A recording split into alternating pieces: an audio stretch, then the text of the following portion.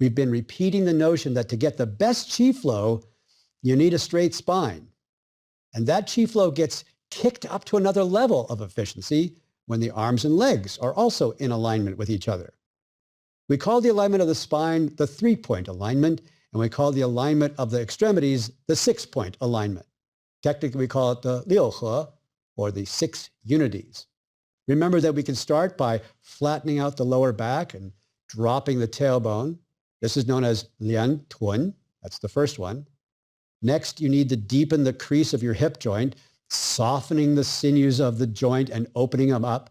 This is known as cuo qua, or sitting into the hip joint. Or sometimes we call it song qua, relaxing into the hip joint. And very important, watch out for losing your lian tun when you cuo qua. This is the part of the crazy-making part of learning this alignment principle. You get one fixed and the other kicks out. You get that fixed and something else goes away. But eventually you get it all worked out. Finally, you want to elongate the back of the neck, lift up the crown of the head, and ding tou, which means to float the head. So that's our 3-point spinal alignment. The 6 unities, or 六合 alignments, are as follows. The shoulder should align with the hip. The knee should align with the toe. The foot should align with the hand, and the hand should align with the nose. And the elbow should align with the knee. Okay, it's like this. Join me, won't you? Feet should be about hip width apart. Arms relaxed by your sides. All your joints, your ankles, your knees, your hips, your shoulders are on an even and same plane, parallel plane, so there's no tipping to one side or another. The toes point forward and the palms are slightly rotated outward and the head held upright. Now, once you've gotten into this position, and by the way, if this at first feels difficult, unnatural, or uncomfortable, then practice just this standing for a while before going on to the next step.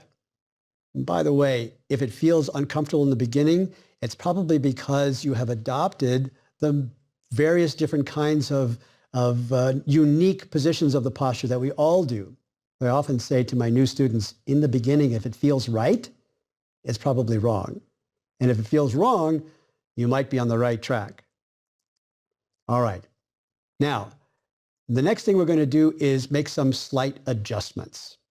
These alignment adjustments are what is known as the 3-point alignment, a fundamental part of the fabric of Tai Chi Chuan and Qigong.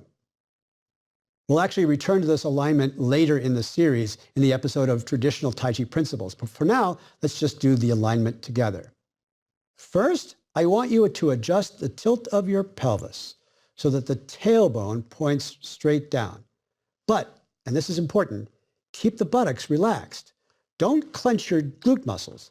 This will have the effect of flattening out the curve of your spine and your lower back. The second adjustment is to sink into your hip joint. Think of this as sitting down just a little. In fact, in Chinese, the phrase is actually cuo qua, and cuo, which means to sit, and qua means the hip. So you're going to sit into the hip joint. You can always check yourself by poking your fingers lightly against the front of your hip joint to see if it's flat or if you have a fold, or as I always tell my students, a crease, a lap. The final adjustment is called ding tou, which means to float the head. Sometimes we translate this as suspend the head from above.